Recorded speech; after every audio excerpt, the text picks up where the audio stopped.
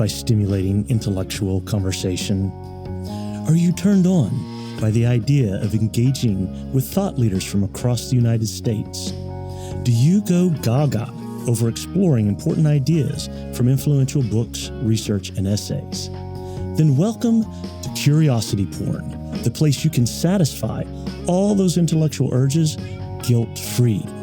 Your hosts are Dr. Guy Crain, Professor of Philosophy at Rose State College, and Professor James Davenport, Professor of Political Science at Rose State College. However, the views expressed here are solely the views of the hosts and their guests and do not reflect the views of Rose State College, its administration, faculty, or students. And now, here are James and Guy.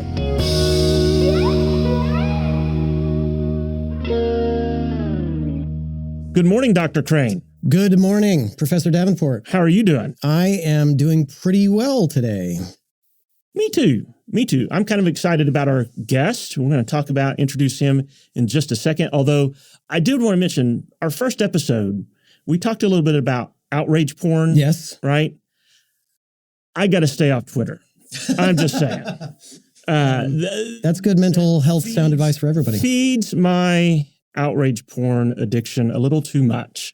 It's almost like the algorithms are designed to do that. You would think, right? Yes. So I was thinking about that. I was on there the other day, and it's just like everything on there is like trying to get somebody upset about something, right? So I think I need to pare back. And you're suggesting to me that it works on you. I catch myself. But I definitely am like, I got to put this down. Yeah. Right. Yeah. I stay away. All right. I'm going to introduce our guest, who I'm very excited to have with us. Dr. Anthony Fowler is a professor in the Harris School of Public Policy at the University of Chicago. His research applies econometric methods for causal inference to questions in political science, with particular emphasis on elections and political representation.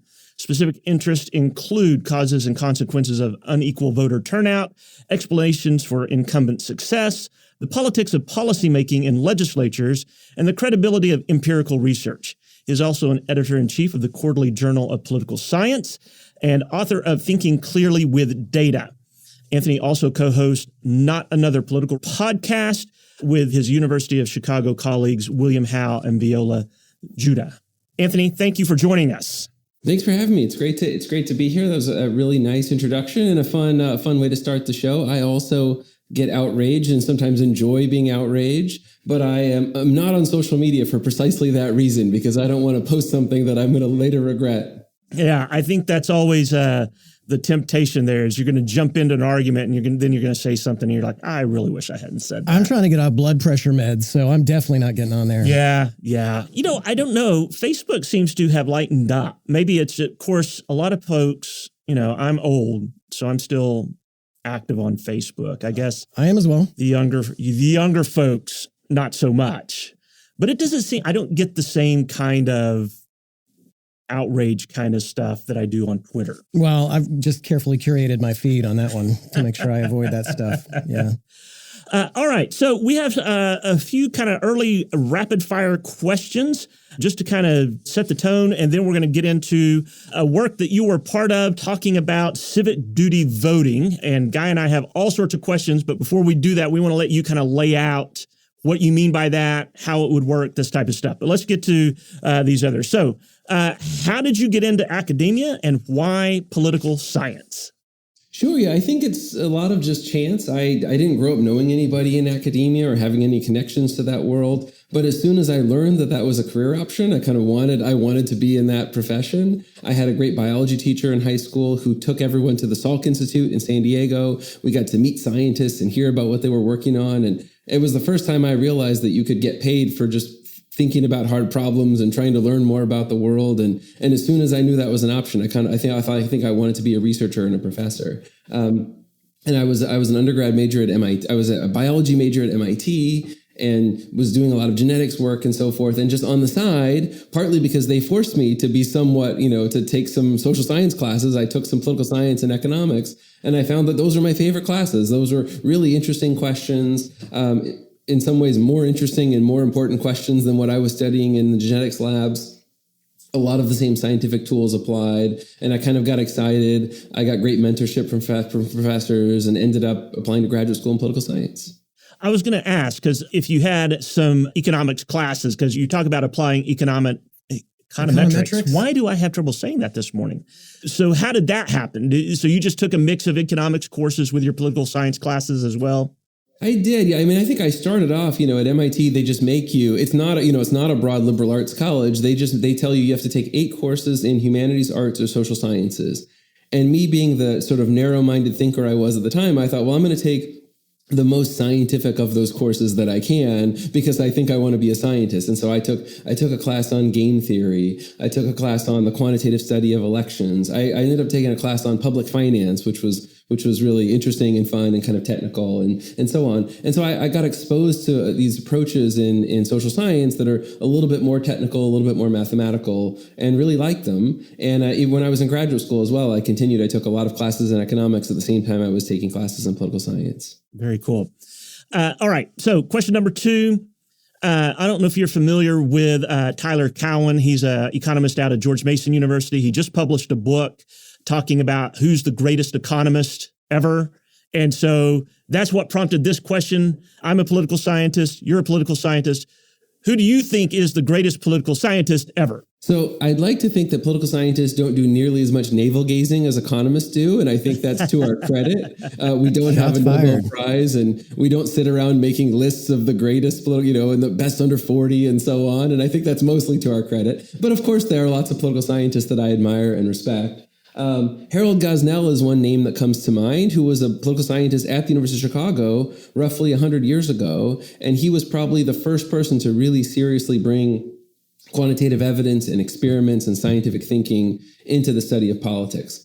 So he's someone, even if none of us knew him directly, he shaped the kind of work that we do and the way that we think about the world. My advisor, Jim Snyder, is also, I think, a fantastic political scientist, and I try to emulate him as best as I can. He's a very serious empirical researcher who also engages seriously with theory, thinks a lot about causation and research design, and is not confined to one narrow topic. He said he's a very broad range of topics. And so I try to emulate him in my research career as much as I can. Excellent. Excellent. All right. What are you currently reading, listening to, or watching? I try to do a lot of reading. I enjoy doing a lot of reading outside of my, academic areas of expertise. At the moment, I'm a golfer, and it's winter in Chicago, and so I've been reading some golf books. So I'm currently reading a biography of Alistair McKinsey, who was a great golf course architect. I recently read Somebody's Fool by Richard Russo. I love all of his novels, and if you want to learn about working class America and maybe even understand the rise of Trump and so forth, I think Richard Russo's novels are actually a great way to do it. And I will briefly plug, my wife is actually a novelist as well, so I read all of her books, and I read many drafts of her books. Her name is Gloria Chow, and I just very recently finished a new draft of one of her books that's under contract but hasn't come out yet. But of course, all of those are fantastic as well. Fantastic. What do you think is the most misunderstood part of your work? I hope that my work isn't too misunderstood. One of the regular academic debates that I engage in is about the health of democracy and the competence and rationality of voters. And I often end up on the side of defending democracy and defending the voters and saying that things aren't as bad as people think. And I'm sure my critics will say that I'm overly naive and I have this simplistic view of the world that every voter is hyper-rational and hyper-informed and behaving in some first best way. And obviously, I think that would be a misunderstanding of my work. But I think in the aggregate, the system works better than people would think. And I'm happy to talk more about that. We'll probably come to that a little bit later on in this conversation. Absolutely. Absolutely. All right. Last of these, what one belief do you have that puts you at odds with either your peer group, your colleagues, or your family? It's a great question. It's a good question to maybe get me in trouble. But I'm a skeptic and a contrarian by nature, so I think there are probably a lot of beliefs I have that put me at odds with my peers. In general, I'm unpersuaded by any kind of deference to authority. And so one of my beliefs is that I don't find appeals to scientific consensus in and of themselves to be particularly persuasive. And I actually just wrote an article in Skeptic Magazine about this topic that you can read if you want to hear more about that. Excellent. All right. So we're here to talk about your work on what you're calling civic duty voting. Can you tell us what that is exactly? What's your basic grounds for defending it, and why do we need it? How would it work? What do you see as the payoffs? Yeah, so civic duty voting is just another term for, what some people call compulsory voting in other countries. It is a law that states that it's an expectation that you vote, that everyone who is eligible will show up to the polls when there's an election. And that compulsion could be done in a number of different ways, but the most common form is something like a fine. If you don't vote and you don't have a valid reason why you couldn't vote, then you have to pay a fine. So that's the proposal, that we essentially fine people for not voting, which might sound draconian to a lot of Americans. The reason that I think this is a good idea is that in my mind, voting is a collective action problem. We are all better off if everybody votes. We can talk more about why I think that's the case, but none of us individually has any incentive to vote. It's not rational to vote. What are the chances that my vote's going to be pivotal in a US presidential election? Living in Illinois, I don't know, 1 in 100 million, 1 in a trillion, somewhere in there, some infinitesimally small number, such that it's not rational for me to bother to even figure out where my polling place is, go find it, go wait in line, all of that. So why should I bother doing it? But collectively, we're all better off if everybody votes. And how do we normally solve those kinds of collective action problems? We have some form of compulsion. We say, look, you're penalized if you don't pay your taxes. You're penalized if you don't dispose of your trash in the appropriate way. There should be a modest penalty for not voting. All right. When I heard you discussing this the first time, and then I read the report that your discussion was based on, I'm just going to say all my libertarian hackles just went, right? But I think this is really a worthy conversation to have. And there are a lot, but I want to talk to you. Some of the arguments that I saw in the report and I heard you made rested on this notion of representation. In other words, with so many people not voting, the preferences of the public actually aren't being revealed via who gets elected or the policies that they enact. Would that be a fair summation of that part of your argument? Yes, absolutely. I think the set of people who vote under voluntary voting, they're an unusual, unrepresentative set of people. Some of them might just people who are bored and have nothing else to do. Some of them might be special interests who have particularly strong reasons to be showing up to vote. But often it just ends up being kind of, it's richer people, it's older people, it's whiter people, it's more educated people. So you've got a big subset of American citizens whose voices aren't being heard and their preferences aren't being reflected in elections and the policymaking process. Okay, so if someone takes somewhat more of kind of this Madisonian view of representation, it's at least articulated somewhat in like the Federalist Papers, and says, look, representation isn't just about being a mouthpiece for the public, but it's actually about doing what's best for the society overall and not necessarily just those, the majority in my congressional district or the majority in my state or even necessarily the majority in the country. It's not just doing what they want, but it's doing what is best for them. Is that notion of representation at odds with how you kind of think about it? Or is there still room for that kind of thinking along with this kind of mandatory voting scenario? Yeah, I don't think it is at odds. And I think there is room for that kind of thinking. One notion of democracy. So I certainly don't buy into the notion of democracy that the only job of an elected representative is to just do exactly what the public wants them to do in every instant, in every moment. We are electing somebody because we trust their expertise. We think they have information that we don't have and so forth. And I think that's perfectly allowable within our framework of democracy, even with compulsory voting. And then the question is, would we be better off if that delegate was selected by everybody rather than just by an unrepresentative set of people? But if an elected official does what they believe is the right thing, even if it's unpopular in that moment, and then they convince the public that in fact it was the right thing and they get reelected, that sounds like democracy and accountability working the way it should. But I think we're better off if they're making that case to everybody rather than just an unrepresentative, skewed set of the public. I want to follow up on that because there was really interesting opinion poll data in the report where you asked people like what their attitudes were about whether people should vote or not. You asked them, is it just a privilege or is it a right only? Is it a duty? Is it a right and a duty? And you found that vast majority of people who responded thought it was both a right and a duty. And then in the poll, you asked them like, okay, well then should we just make it mandatory? And what you found is overwhelmingly people did not want to do that, which is kind of strange to put those two things side by side. What were some of the reasons people were giving for being resistant to the idea of making voting mandatory?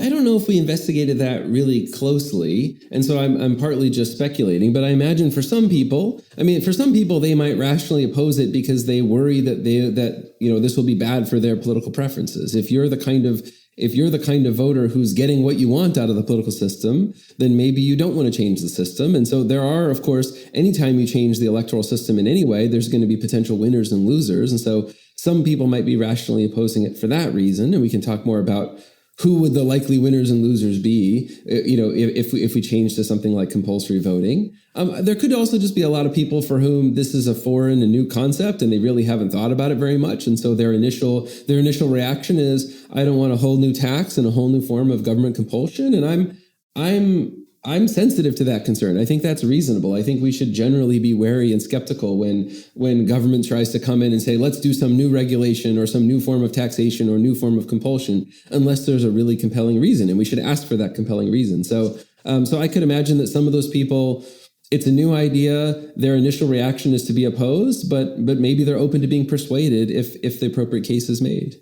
I'm going to follow up on Guy's follow-up. Sure. So there's also a group out there who I might be somewhat sympathetic to, are like, look, you're going to push a whole bunch of people who don't think about any of this stuff, and they're going to be casting votes, and they don't know anything about anything, but they're going to show up and vote, and then we're going to get all sorts of crazy policies. And I know you talked about that a little bit, addressed that, but how do you respond to that, of these folks who are concerned that, well, listen, if people aren't showing up, either A, they're okay with the system, or B, they just don't really care one way or the other, and they're not going to take the time to investigate all of these candidates for all these offices. And so they're just going to be casting a vote that is based on some whim or what the best commercial they saw. How do you respond to concerns like that? Yeah, I have a few responses. I mean, one is that it's not as if the status quo is working so great as it is. It's not like the people who are voting, we think, oh, those are the really enlightened, informed voters. They're the ones that should be deciding things. And the people staying home,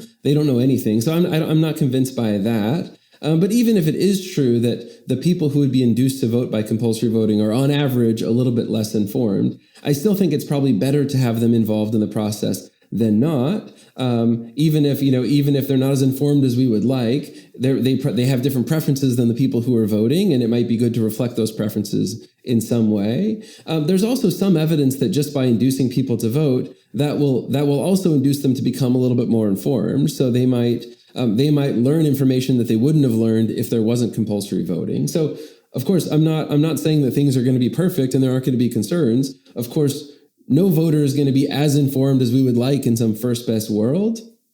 But I think my sense of, my read of the evidence is that the voters aren't as uninformed as people think. Even the non-voters aren't as uninformed as people think. And having them in the political process is probably better than not.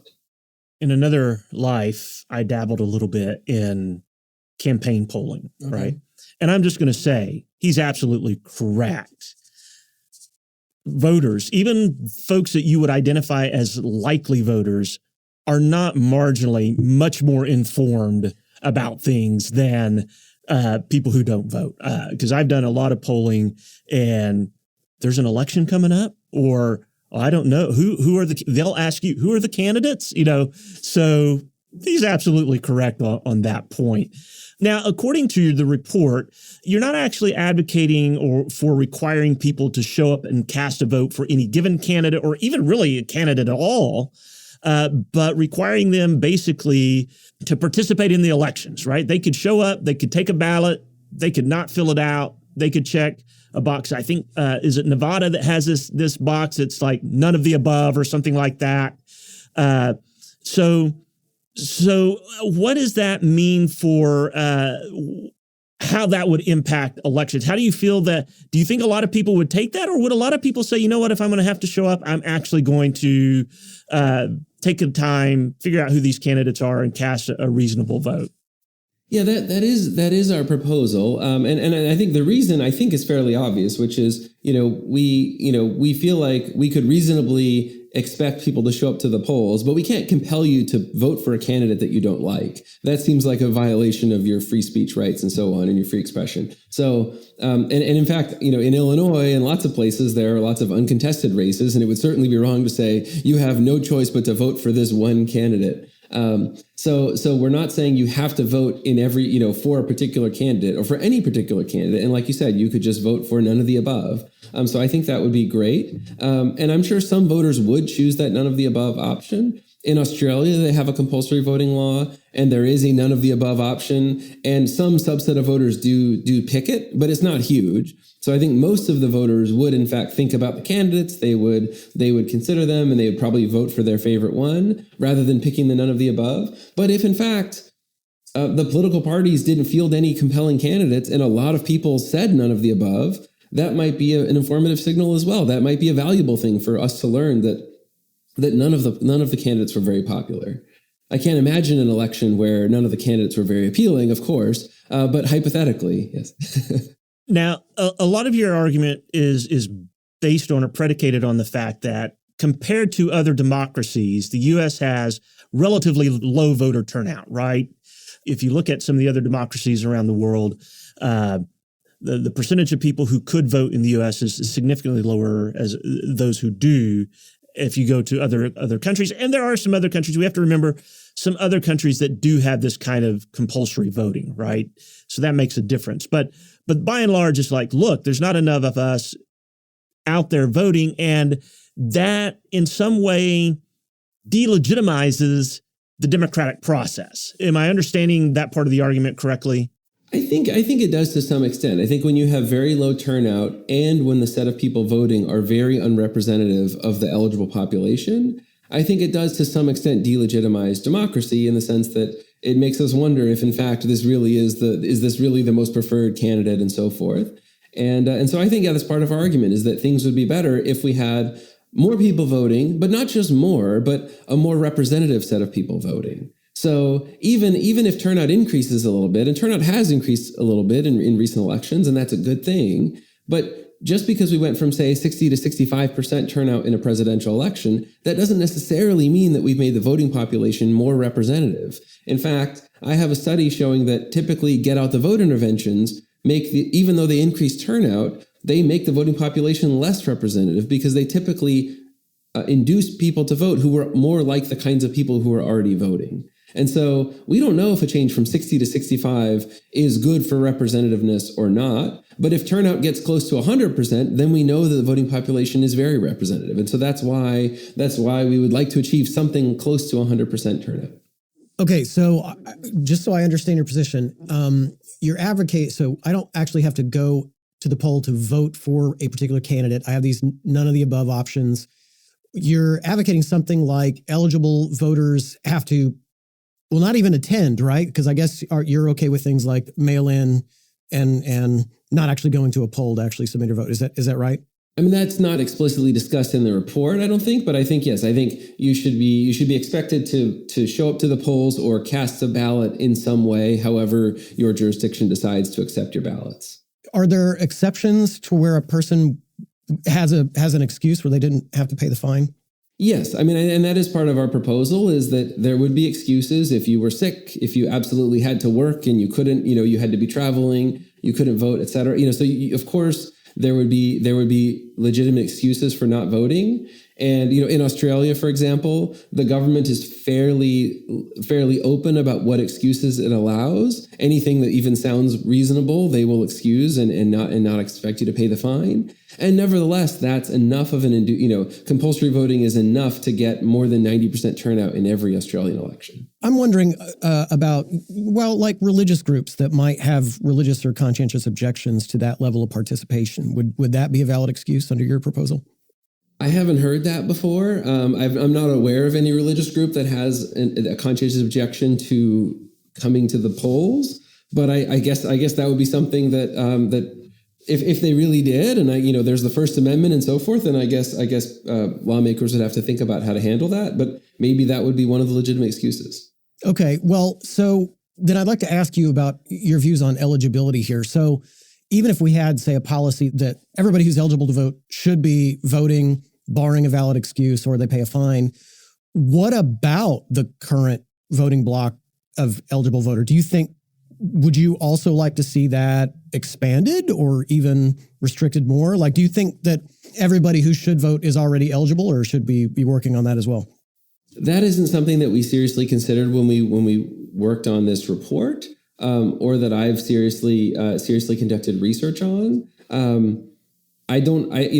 So I'm not advocating for any specific changes in that regard. We could, of course, I think reasonable debates could be had about are the criteria for citizenship the right ones, or should they be tweaked in some way? Should the age cutoff be changed in some way? Are the felon disfranchisement laws that exist in some states, should they be reformed in some ways? There are, of course, lots of debates about that. I'm not taking any specific position on those questions. I think the eligibility rules in the U.S. are not completely unreasonable. I think they're not obviously broken, but we could have debates about them. One thing we did discuss in our report was not eligibility, but just the ease with which states and jurisdictions allow people to vote. I think that's something we probably do need to do a better job on. And especially if we're going to compel people to vote, it can't be the case that you show up to vote and there's a 3-hour line. Like, that's just completely untenable. And so we would have to pair compulsory voting with reforms we should have already been implementing anyway, like doing everything we can to make it easier and lower costs for people to vote.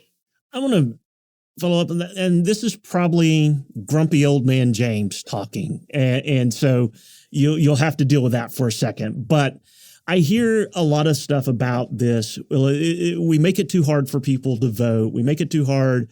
Registration is a difficult thing. Getting to the poll. And I'm like, really? In Oklahoma now, and I know not every state is like this, but in Oklahoma, we just launched in the last year where people can actually register online to vote. We have early voting, so you don't have to show up on election day. You can vote up like the 3 days immediately prior to the election day. You can go and vote. We have mail-in ballots, and we just reduced one time to do a mail-in ballot. You had to have your signature had to be notarized. They eliminated that requirement, and so and I'm like, is it really that hard?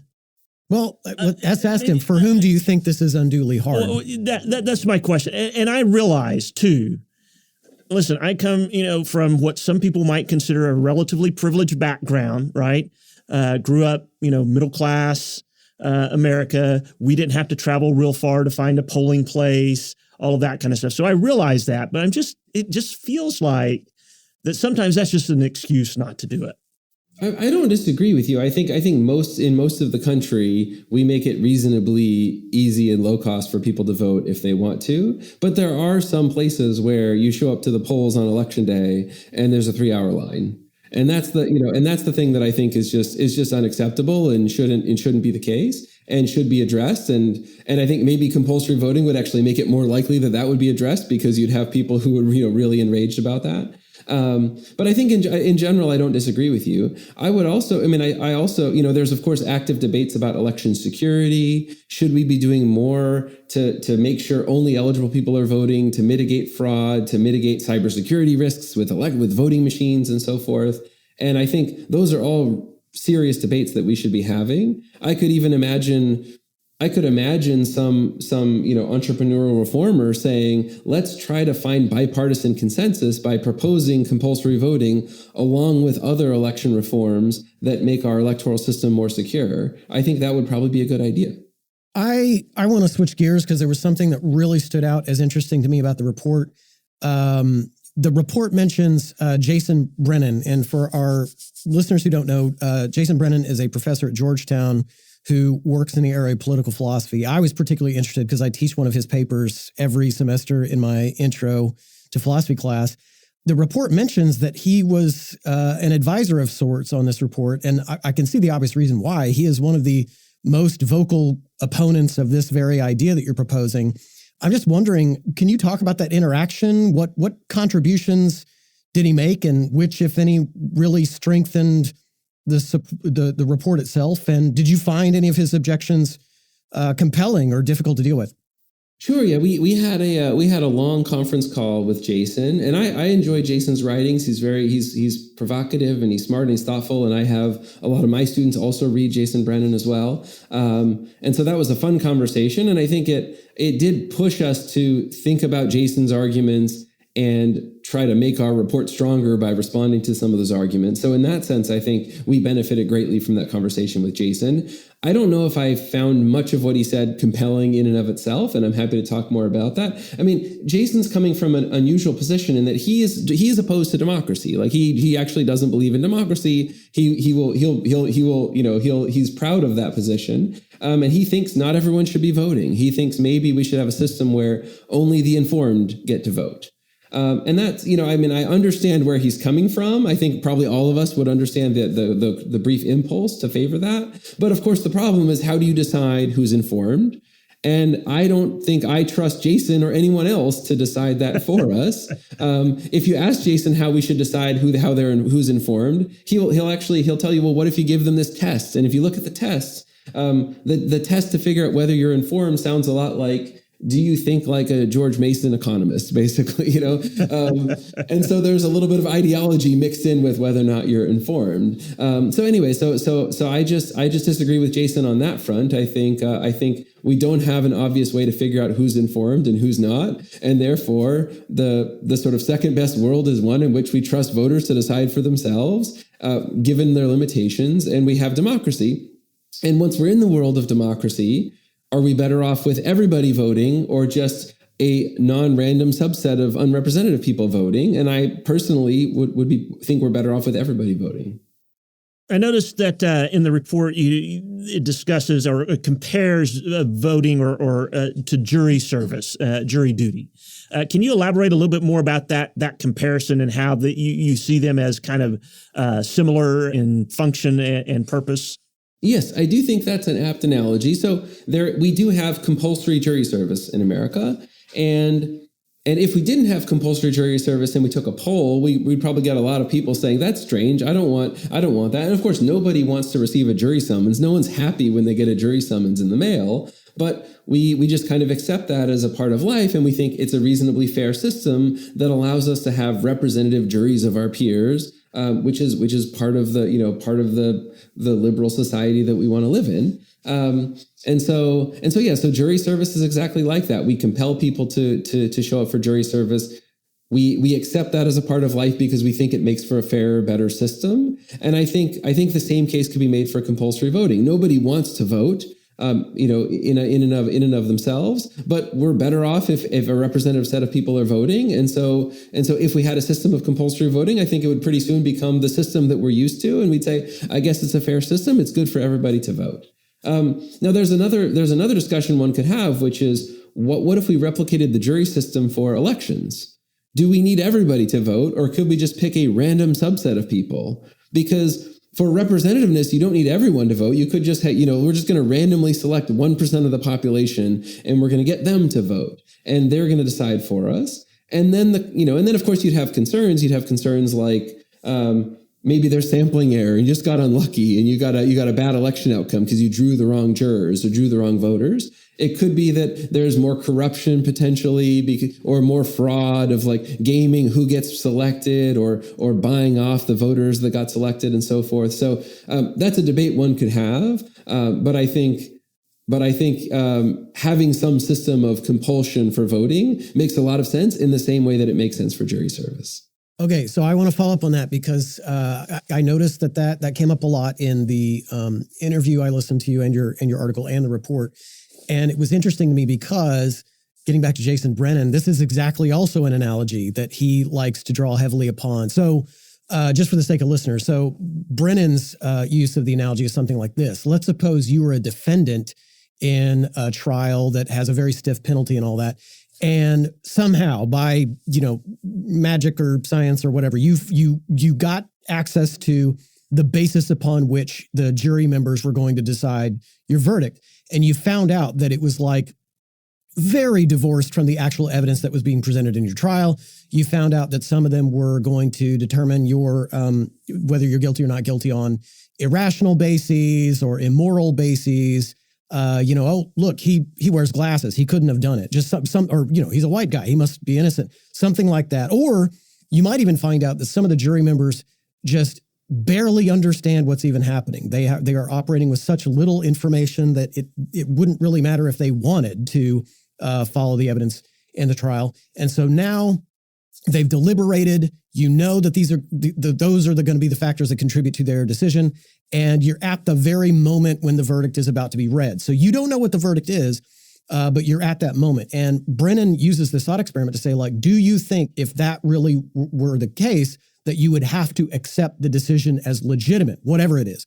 And he argues, surely you wouldn't think that you have to accept that as legitimate if those are the bases upon which the jury's decided your verdict. And you might still have to just get over it and let the bailiff haul you off if they find you guilty. It might not mean that you have anything you can do about it, but this issue of legitimacy is what he's after there. And so he says, well, can't we draw an analogy between that scenario and the actual voting block that we have if we do find out the bases upon which they're voting? And if you find out that, in fact, the people who vote have all those sorts of problems, right? They're voting on irrational bases, maybe out of ignorance, or even just downright immoral bases, doesn't that seem to undermine the legitimacy of the outcomes of elections? And he says, just like it seems like in the courtroom, it seems like I should have a right not to have a jury exercise that kind of state power over me if those are the bases upon which they're deciding my fate. Shouldn't it also be the case that I have a right as a citizen not to have political power wielded over me if those are the bases upon which the voting bloc is wielding that power? What do you make of that analogy that Brennan uses, and how might you respond? No, I think that's a great argument. I think it's a really interesting argument, and one way to say it is that Brennan is reasonably concerned about what you might call tyranny of the majority. Right. That's a concern with any democratic system. Is what if the majority just does something really bad that's, say, bad for the losing side of the election? And that's a very reasonable thing to worry about with any democratic system, not just with compulsory voting. And there's a few things to say about that. One is you might think compulsory voting makes that concern a little bit less. So under compulsory voting, you'd have to have a tyranny of at least 50% of the public to get some really bad outcome. Whereas under the current system of voluntary voting, you could have maybe only 7% of the eligible voters in your jurisdiction deciding who's on your local school board, and you could have tyranny of the 4% or something like that. So in some sense, I think compulsory voting mitigates Brennan's concern about tyranny of the majority a little bit, but it's still a big concern. And I think that's a concern for any democratic system that we have to deal with somehow. One way that we deal with it is we say we don't decide on everything democratically. There are some fundamental rights that you have as an American that cannot be infringed or imposed upon by the democratic process. You have the right to free speech. You have the right to religious freedom and the free press and so on. So we have a set of things that we've written down and we've said these are out of the bounds of democratic decision making. And that's one way of protecting ourselves from this tyranny of the majority. And of course, the problem is there's only so many things you can write down like that. And everything else beyond that, everything else that's not explicitly covered under the Constitution is at least ambiguous.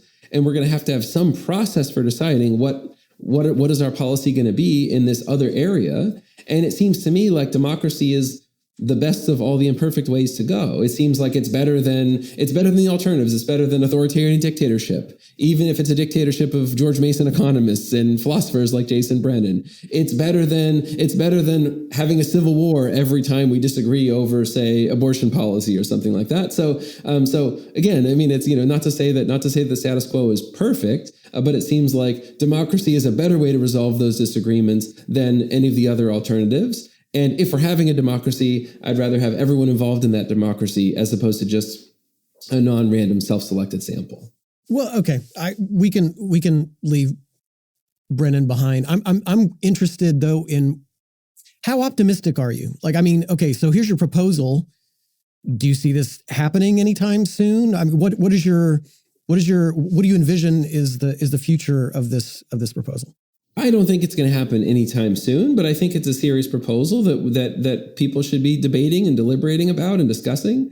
I'm not expecting elected officials themselves to be in favor of it anytime soon because elected officials are benefiting from the system as it is. So why would you vote to change the system that got you elected to begin with? But I could also imagine several ways that this could happen. I could imagine some locality starting off by implementing this just in local elections, or maybe a county or a state could implement it even for federal elections within their county or state. And you could imagine that would induce other jurisdictions to also want to implement it in order to sort of keep up, right? So imagine that one county implements compulsory voting for statewide elections. That would essentially increase the weight of that county in statewide elections, and then other counties within that state would also have a strong incentive to try to pass compulsory voting to sort of keep up with them and make sure their county is equally representative. So there are different ways I could imagine this eventually happening, and maybe it's a longer time horizon, but it's something that we would like people to be discussing alongside lots of other reforms that we're discussing all of the time. So no, I'm not expecting it to happen tomorrow, but I think we should be having this debate, and I think it's a good thing for us to be having that debate. One of the reasons why I thought this would be a great conversation is we are in a presidential election year. And so people are going to be thinking about voting, thinking about the rules. Something that you had mentioned earlier that I think is really, really true. As soon as you start putting up rules as far as how the process is going to work, you almost by definition are going to create winners and losers, right? Depending on how those rules are constructed. And I want to give you just a second to talk about, you had mentioned that some people would see this as, oh, this is going to make my side more likely to win, or some people are going to see this as this might make my side more likely to lose. Talk a couple of minutes about that. Sure. Yeah, I think there are some clear predictions we could make. So if you just think about who votes under voluntary voting, it does tend to be richer, older, church-going people, whiter people, also more educated people. And it tends to be more politically extreme people and more partisan people. Moderates are less likely to turn out to vote under voluntary voting. And so if I think about some of those implications, I might expect to see less polarization because the moderates would be voting even more, and they would be an even more important part of the voting population. So there might be some extra incentive for parties to nominate more moderate candidates, and for those moderate candidates to try to cater their positions to the median voter rather than to the base that's more likely to vote. And so that would be one implication. There likely would be some partisan implications, although it's a little bit tricky to make predictions because on the one hand, say poorer, non-white, younger people, they're less likely to vote under voluntary voting, and they typically vote for the Democrats. And so you might think the Democratic Party would benefit from this, although the Democratic Party is increasingly becoming the party of rich, educated people who live in cities. And those people actually vote at really high rates. And so I think there's a little bit of tension there. I think things might be changing a little bit over time, and it's not so obvious which party wins out. It might vary from place to place, and it might really be which kinds of candidates win out within each party rather than which party gets more seats. So it's tricky, and obviously we don't know all of the answers. There obviously would be winners and losers, and that's partly why there's going to be some opposition to any electoral reform. But I think on net, I think those kinds of changes are good. I think we want elected officials who better represent the public, who have to work harder, who have to avoid corruption, who have to moderate their positions in order to please the median citizen rather than the typical voting base that they cater to. We're going to have you give us your 60-second elevator speech on why the public and policymakers should embrace this idea. After that, I want to ask you a couple of questions just about the current political climate and a couple of observations that I'd like to hear from you. But you got 60 seconds. You've got somebody on the elevator. What are you going to say to them that says, here's why you should embrace this? Sure. Yeah, I hope I've given it to some extent already, but I think we want everybody voting. We want everybody voting, but those people don't have the incentive to do it themselves. But if everybody votes, and we can do it with a simple fine or something like that, if everybody votes, we'll get better elected officials, we'll get better representation, our elected officials are going to work harder, they're going to have more incentive to avoid corruption, they're going to have more incentive to avoid polarization and gridlock and actually moderate their positions and do a better job. And yes, it'll be annoying that we have to show up to the polls, and it'll be annoying if we forget to vote and we have to pay a fine. But I think the benefits we'll get in terms of better governance are going to be well worth the hassle. Excellent. This thing seems very similar to that notion of nudging people. Was it Peter Thaler, that developed that notion of this? We're kind of just nudging them in the right direction. You said earlier, they can't compel them to vote for a given candidate or even cast a vote at all, but showing up likely will produce someone who will go ahead and cast a ballot. So you're kind of a little bit of a nudge there. It seems to me anyway. It is. Yeah, in my mind, there's a key difference, which is that with compulsory voting, there's a clear collective action problem that you're trying to solve. With nudging, it's a little bit more paternalistic. With nudging, it's just, we think that you are making a bad decision for yourself, and I, Richard Thaler, know better, and I'm going to try to nudge you in the right direction. So we're not doing the same kind of thing. We're saying, look, you're behaving rationally by not voting. I understand why you're not voting, and we're not telling you you're making a mistake by not voting, but if everybody had an incentive to vote, we would be better off, and let's solve that collective action problem together. Very good. So we're in the middle of an election year. We've got a campaign going, all sorts of craziness happening. I want you to think not about this year per se, but I want you to think, what's a trend or a couple of trends, first of all, that has you concerned? As you look out on the horizon, what are you most concerned about in American politics? So one of my big concerns is that we only get extremists running for office. And this isn't a new thing, but it seems to be just kind of gradually getting worse and worse every year. Ever since 1970, it's just a little bit worse. Over gradual 50-year increase in polarization in Congress, an increase in the extremism of candidates, and so that's a big concern. One reason it's so puzzling is that we know we have lots of evidence that more moderate candidates do better in elections. So if we did run a moderate, they would be much more likely to win. And so the parties are both making mistakes here. If the parties could find moderates and field them and get them to run, they would win more seats. But they're leaving votes and seats on the table, maybe because they themselves are just extremists and they can't help themselves. But for whatever reason, we can't even find moderate candidates who want to run for office. So that's a trend that I find to be interesting and troubling. And I think a lot about that in my research. Another trend that I find to be fascinating, maybe not troubling, but just fascinating, is the thing I mentioned earlier, that there's been this modest realignment between the parties where the Democratic Party went from the party of the working class to the party of rich, educated people who live in cities. And I think that's a fascinating trend that I think probably doesn't bode well for the Democratic Party, because rich, educated people who live in cities are not enough people to be winning federal elections. And so I find that to be fascinating. It's not necessarily a problem, but I'm curious to see how that's going to play out. And I don't think things can stay the way they are right now. I think one or the other party is going to find some way to adjust to win the votes that are on the table. I've decided to leave the most critical, most important question we could possibly ask you for the very end, and you're going to be able to answer it fairly quickly, an issue very near and dear to my heart and James's. If you had to choose immediately after this interview, would you rather watch Seinfeld or 30 Rock?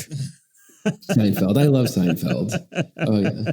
Thank you very much. Damn it, Anthony, we were almost friends.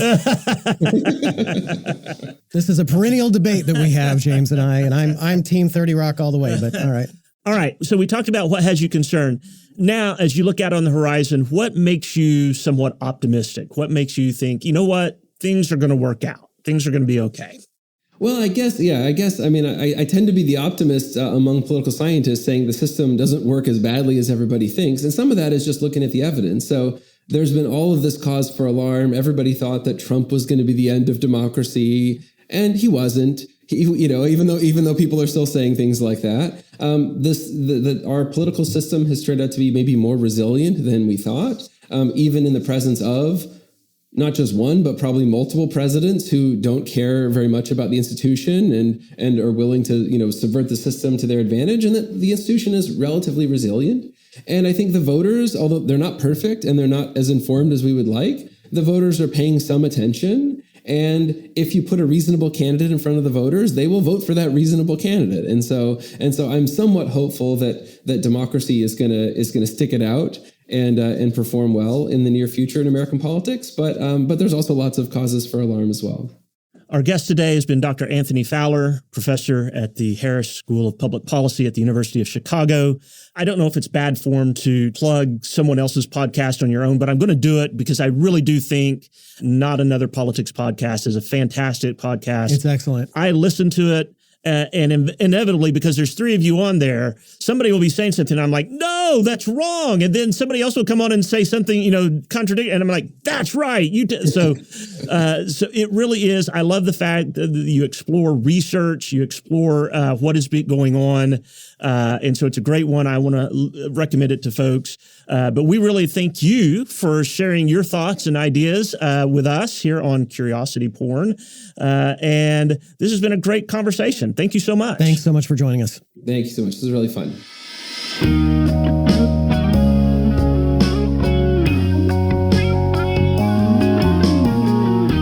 Thanks for listening to Curiosity Porn with the two best intellectual pole dancers in the United States, Dr. Guy Crain and Professor James Davenport. If you'd like to share a comment about today's episode, suggest a guest or topic, or just leave a compliment or complaint, you can reach us at curprn@gmail.com. We hope to hear from you.